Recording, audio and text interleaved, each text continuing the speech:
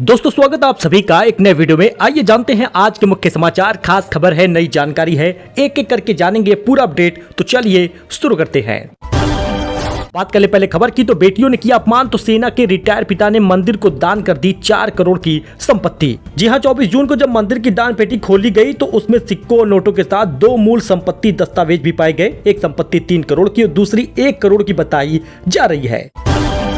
तो यूपी में इस तारीख को बुजुर्गों के खाते में पेंशन आ जाएगी। वृद्धावस्था पेंशन जारी होगा लगभग 15 जुलाई तक। दोस्तों आपको बता दें कि वृद्धावस्था पेंशन तो अब देर में आ रही है, लेकिन विधवा और दिव्यांग पेंशन जारी हो चुका है। अगर आप ये पेंशन धारक हैं तो आपके खाते में 3000 रुपए क्रेडिट हो गया होगा। उत्तर प्रदेश के बुजुर्ग पेंशन भोगियों के लिए खुशखबरी है, क्योंकि वित्तीय वर्ष 2025-26 की पहली तिमाही का पेंशन भुगतान जल्द ही उनके खाते में होगा। 67.5 लाख बुजुर्गों को ये पेंशन मिलेगी। बता दें तो 15 जुलाई तक खाते में पैसा पहुंच जाएगा। हालांकि कई सारे कमेंट भी आए कि दिव्यांग पेंशन जारी हो चुका है, विधवा और दिव्यांग पेंशन अगर जारी हो गया है तो अब तो वृद्धावस्था पेंशन की बारी आ गई है, जुलाई तक मिलेगा। जियो फ्यूल स्टेशन पर मिलेगी अडानी की सीएनजी। अडानी गैस स्टेशन पर जियो का पेट्रोल डीजल बिकेगा। एटीजीएल और रिलायंस बीपी ने पार्टनरशिप की है। आजमगढ़ में राजभर बोले मुसलमान सपा के गुलाम हैं। अखिलेश साइकिल मुसलमान को दे, खुद कैरियर पर बैठे तब पता चलेगा कितना दर्द होता है। छात्रों को बिना हेलमेट स्कूल में प्रवेश नहीं मिलेगा। सुल्तानपुर से बड़ी खबर। सुल्तानपुर में सड़क सुरक्षा के नए नियम, पेट्रोल पंप पर भी रोक रहेगी। सुल्तानपुर में एआरटीओ अलका शुक्ला ने सड़क सुरक्षा के लिए कई नए नियम लागू किए हैं। स्कूल खुलने पर 18 साल से अधिक उम्र के छात्रों को बिना हेलमेट स्कूल में प्रवेश नहीं मिलेगा। ऐसे छात्रों को अनुपस्थित माना जाएगा।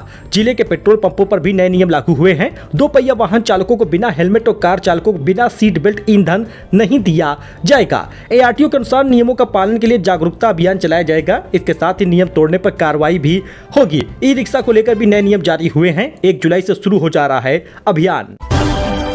योगी से विधायक बोले आपके पैर छुए थे, जान बच गई। सीएम ने एक्सरे में हड्डियों का फ्रैक्चर देखा था। वहीं पर गोरखपुर लिंक एक्सप्रेसवे पर कार पलटी थी। दोस्तों एस्ट्रोनॉट बेटा अंतरिक्ष को रवाना हुआ तो मां रो पड़ी। लखनऊ में शुभांशु के स्कूल से मां पिता ने लाइव देखा। लॉन्चिंग के बाद भांगड़ा भी बजाय किया। तो सोनम राज ने कबूला हम प्यार करते हैं। इंदौर में सोनम की अवैध पिस्टल बरामद हुई। पुलिस को लैपटॉप की भी तलाश है। उपराष्ट्रपति धनखड़ के सीने में दर्द उठा। उत्तराखंड में पूर्व सांसद के गले लगकर रोए, तबीयत बिगड़ी, जवानों ने संभाला है। उपराष्ट्रपति जगदीप धनखड़ की उत्तराखंड में बुधवार को अचानक तबीयत बिगड़ गई। उन्हें तुरंत नैनीताल राजभवन ले जाया गया, जहां डॉक्टर ने उनका चेकअप किया। फिलहाल उनकी सेहत ठीक बताई अब जा रही। गोविंदा का हॉलीवुड फिल्म अवतार ठुकराने का दावा झूठा है। पत्नी सुनीता ने मजाक उड़ाकर कहा ऑफर हुए भी हैं या नहीं मुझे नहीं पता, मैं झूठ नहीं बोलती।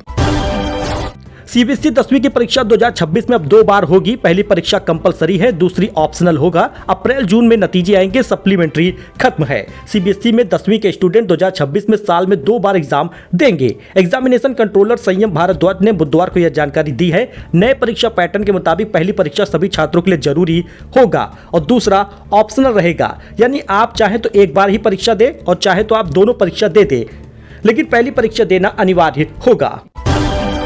क्रिकेटर रिंकू सिंह यूपी में बनेंगे अफसर। स्पोर्ट्स डायरेक्टर ने फाइल सरकार को भेजी है। मंत्री गिरीश यादव बोले हमें पता तक नहीं है।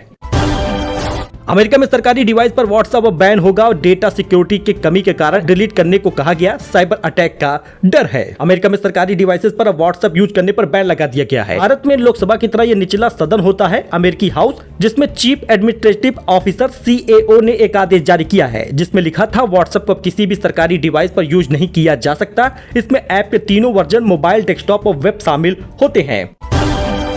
सुल्तानपुर में बंद होंगे 440 स्कूल। 50 से कम छात्र वाले स्कूलों को बंद करने का फैसला। कांग्रेस के पूर्व प्रदेश सचिव ने लिखा है पत्र। वही दोस्तों बात कर ले राशन योजना की, तो जी हां आपको बता दें 20 तारीख से राशन मिलना शुरू हुआ है। 20 जून से राशन मिलना शुरू हुआ है और 10 जुलाई तक मिलेगा। ऐसे में 30 जून तक आपके पास ई-केवाईसी का मौका है। अगर ई-केवाईसी नहीं कराते तो आने वाले जुलाई महीने से अगस्त, सितंबर, अक्टूबर का राशन आपको नहीं मिलेगा और जो आगे कई सालों तक फ्री राशन मिलने वाला है, आयुष्मान योजना का लाभ मिलेगा, आवास योजना का लाभ मिलेगा, उस सब चीजों से आप वंचित रह जाएंगे। राशन कार्ड पर कई सारे फायदे मिलते हैं, जिसका लाभ लेना है तो आपको राशन कार्ड को रद्द होने से, कैंसिल होने से बचाना होगा। इसलिए आपको ई-केवाईसी करानी है। ध्यान इस बात का भी दीजिएगा कि हर एक सदस्य का, हर एक यूनिट का ई-केवाईसी हो रहा है। अगर एक भी ई-केवाईसी नहीं होता, एक भी यूनिट बच जाता है तो राशन कार्ड पूरा कैंसिल हो जा रहा है। यूनिट ब्लॉक वाली कोई बात नहीं है, सिर्फ राशन कार्ड सीधे रद्द किए जा रहे। तो डेबिट कार्ड से भी आप निकाल सकेंगे पीएफ का पैसा, श्रम मंत्री बोले। इसके लिए पीएफ अकाउंट को बैंक खाते से जोड़ा जाए, जुलाई में मिल सकती है सुविधा। बड़ी खबर आ रही है, कर्मचारियों को जल्द ही एटीएम और यूपीआई से सीधे पीएफ का पैसा निकालने का मौका मिलेगा। केंद्रीय श्रम मंत्री मनसुख मांडविया ने मंगलवार को बताया कि इसके लिए कर्मचारियों के पीएफ अकाउंट को उनके बैंक खातों से जोड़ा जा रहा है। हालांकि ईपीएफओ केंद्र सरकार ने पैसा निकालने के प्रोसेस को लेकर अभी कुछ नहीं बताया है। मीडिया रिपोर्ट के अनुसार सरकार अगले महीने यानी जुलाई से ये नई सुविधा शुरू कर सकती है। सो दोस्तों, ये कुछ अपडेट था, नई जानकारी थी। आई होप कि आपको पसंद आया हो। लाइक करिए, सब्सक्राइब करिए, हमारे साथ जुड़िए फॉर लेटेस्ट न्यूज। इसी प्रकार से नई जानकारी में मिलते हैं नए वीडियो में। धन्यवाद।